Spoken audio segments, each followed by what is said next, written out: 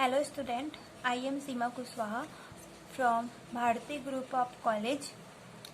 आज हम पढ़ेंगे, इसके पहले लेक्चर हमने पढ़ा था मास एनर्जी इक्विवेलेंस, द्रव्यमान ऊर्जा की तुल्यता। तो हम इसके आगे का देखते हैं।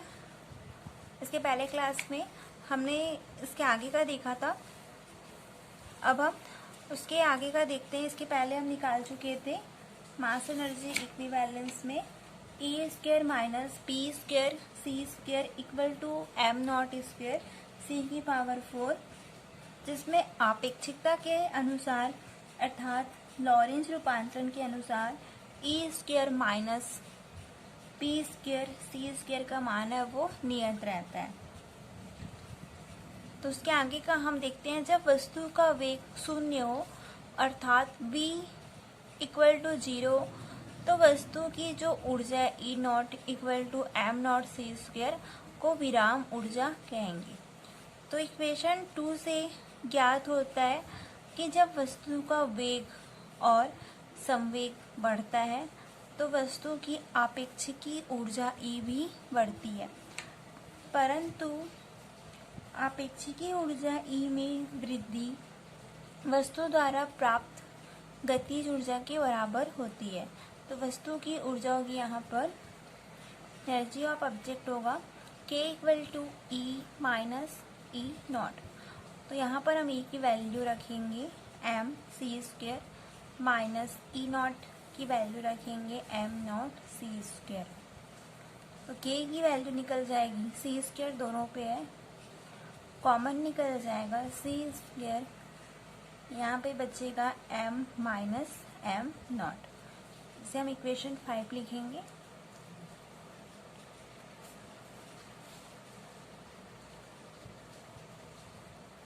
अतः वस्तु की गतिज ऊर्जा बढ़ने पर इसका आपेक्षिकी द्रव्यमान है वो भी बढ़ता है, परंतु हम जानते हैं कि अनापेक्षिकी वेगों के लिए जबकि रिलेशनशिप उपयुक्त समीकरण 5 से गतिज ऊर्जा का चिरस्मृत मान प्राप्त होता है। यहाँ पे बोल रहे हैं कि जब वस्तु की गतिज ऊर्जा बढ़ने पर उसका जो आपेक्षिकी द्रव्यमान है वो भी बढ़ता है, परंतु हम जानते हैं कि अनापेक्षिकी वेगों के लिए जो समीकरण है 5 से गतिज ऊर्जा का चिरस्मृत मान प्राप्त होता है। तो k equal to C square M minus M not.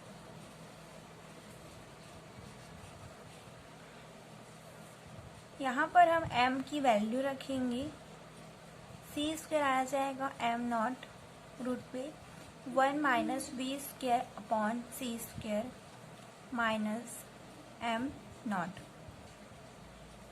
ये ऊपर चला जाएगा तो इसका हम लिख सकते हैं m नॉट सी स्क्वायर, ये ऊपर गया तो 1 minus V square upon C square, root को लिख सकते हैं माइनस 1/2, एम नॉट दोनों पे कॉमन निकल गया तो यहाँ बचा -1। ये हो जाएगा फिर आगे M not C square 1 minus B square C square minus 1/2 minus 1। यहाँ पे हम फार्मूला लगाएंगे, द्विपद प्रमेय से होगा M not C square 1 plus, इसे हम लिख सकते हैं 1 minus V square upon C square minus 1/2 को लिख सकते हैं 1 plus 1/2 V square C square minus 1 द्विपद प्रमेय से। तो ये हो जाएगा M not C square into 1/2 V square upon C square. तो इसे हम लिख सकते हैं 1/2 एम नॉट, ये सी स्क्वायर कैंसिल हो जाएगा, यहाँ बचेगा वी स्क्वायर। तो समीकरण 1 है, इसके पहले हम जो क्लास था उसमें हम समीकरण 1 है उसे पढ़े थे। तो समीकरण 1 है वो द्रव्यमान ऊर्जा तुल्यता समीकरण कहलाता है। इससे सिद्ध होता है कि द्रव्यमान तथा ऊर्जा है वो एक दूसरे के समतुल्य हैं। दूसरे शब्दों में हम ऐसे भी कह सकते हैं कि द्रव्यमान है वो ऊर्जा की माप है, इसलिए यदि डेल ई ऊर्जा को द्रव्यमान में बदला जाए तो प्राप्त द्रव्यमान होगा del M equal to del E upon C square होगा। यहाँ पे बोल रहे हैं कि जो समीकरण 1 है वो द्रव्यमान ऊर्जा तुल्यता समीकरण कहलाता है और इसी से सिद्ध हो रहा है कि जो द्रव्यमान है, मास और एनर्जी, वो एक दूसरे के समतुल्य है। दूसरे शब्दों में हम ऐसे भी कह सकते हैं कि द्रव्यमान है वो ऊर्जा की माप है, इसलिए यदि डेल ई एनर्जी को मास में अगर बदला जाए तो जो प्राप्त होगा मास वो होगा del M equal to del E upon C square. यदि डेल एम मास को एनर्जी में बदला जाए तो डेल ई इक्वल टू होगा del M C square, energy प्राप्त होगी। इस प्रकार द्रव्यमान को ऊर्जा में, मास को एनर्जी में और एनर्जी को मास में बदला जा सकता है। अपेक्षिता का सिद्धांत जो है वो समस्त ऊर्जा को द्रव्यमान तथा समस्त द्रव्यमान को ऊर्जा प्रदान करता है। यहाँ पे जो अपेक्षिता का जो सिद्धांत है वो समस्त ऊर्जा को द्रव्यमान और समस्त द्रव्यमान को ऊर्जा प्रदान करता है। स्पष्ट है कि द्रव्यमान m ऊर्जा E के तथा ऊर्जा E द्रव्यमान m के तुल्य होते हैं। इससे स्पष्ट है कि जो मास m है वो एनर्जी E की तथा एनर्जी E है वो मास m के तुल्य होते हैं और यह आइंस्टीन का द्रव्यमान ऊर्जा संबंध कहलाता है और इसे ही आइंस्टीन का मास एनर्जी रिलेशन कहते हैं। चूँकि सी स्क्वायर 9×10⁻20 सेंटीमीटर क्यूब पर सेकेंड स्क्वायर तथा बहुत ही छोटा द्रव्यमान अत्यधिक ऊर्जा के समतुल्य होता है।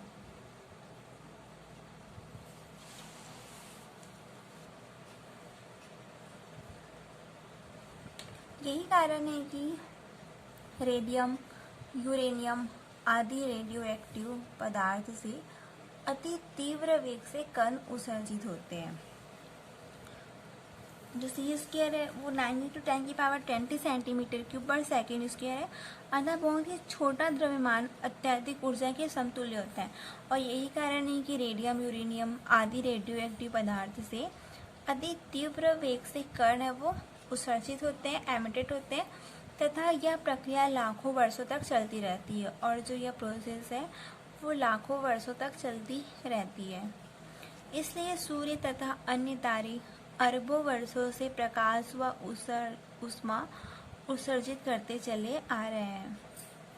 अब हम द्रव्यमान ऊर्जा तुल्यता के एग्जाम्पल देखते हैं। पहला है युग्म विलोपन। जब पॉजिट्रॉन तथा इलेक्ट्रॉन संपर्क में आते हैं तो वे गामा किरण फोटॉन उत्पन्न करके लुप्त हो जाते हैं। इस घटना को इलेक्ट्रॉन पॉजिट्रॉन युग्म विलोपन कहते हैं।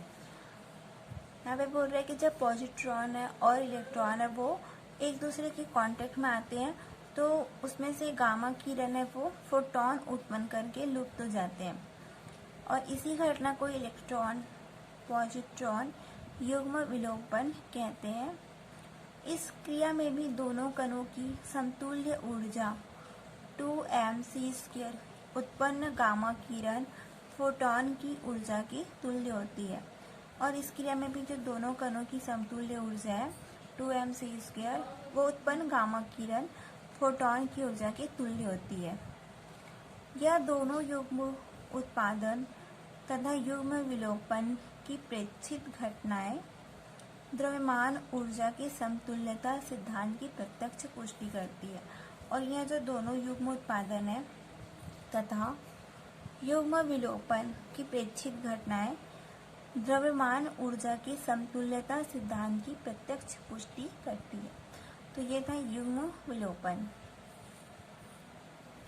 अब हम सेकंड देखते हैं नाभिकीय ऊर्जा, न्यूक्लियर एनर्जी, जिसमें हम दो पढ़ेंगे। न्यूक्लियर एनर्जी में फर्स्ट है नाभिकीय विखंडन, न्यूक्लियर फ्यूजन और सेकंड है नाभिकीय संलयन, न्यूक्लियर फ्यूजन। तो फर्स्ट हम देखते हैं न्यूक्लियर फ्यूजन, नाभिकीय विखंडन। इसमें भारी नाभिक जैसे U-235 का इस प्रकार विघटन होता है कि जिसमें वह लगभग 2 बराबर भागों में टूट जाता है।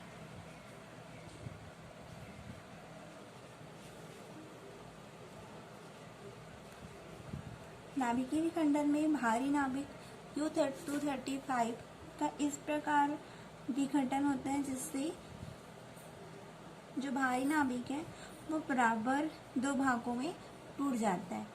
इस अभिक्रिया में दोनों विघटित भागों की विराम द्रव्यमानों का योग नाभिक के विराम द्रव्यमान से कम होता है तथा अंतर द्रव्यमान डेल एम सीधे ऊर्जा डेल एम सी स्क्वायर में परिवर्तित हो जाता है। नाभिकीय भट्टी में तथा परमाणु bomb, nuclear reactor and atomic bomb नाभिकीय विखंडन के मुख्य उदाहरण हैं।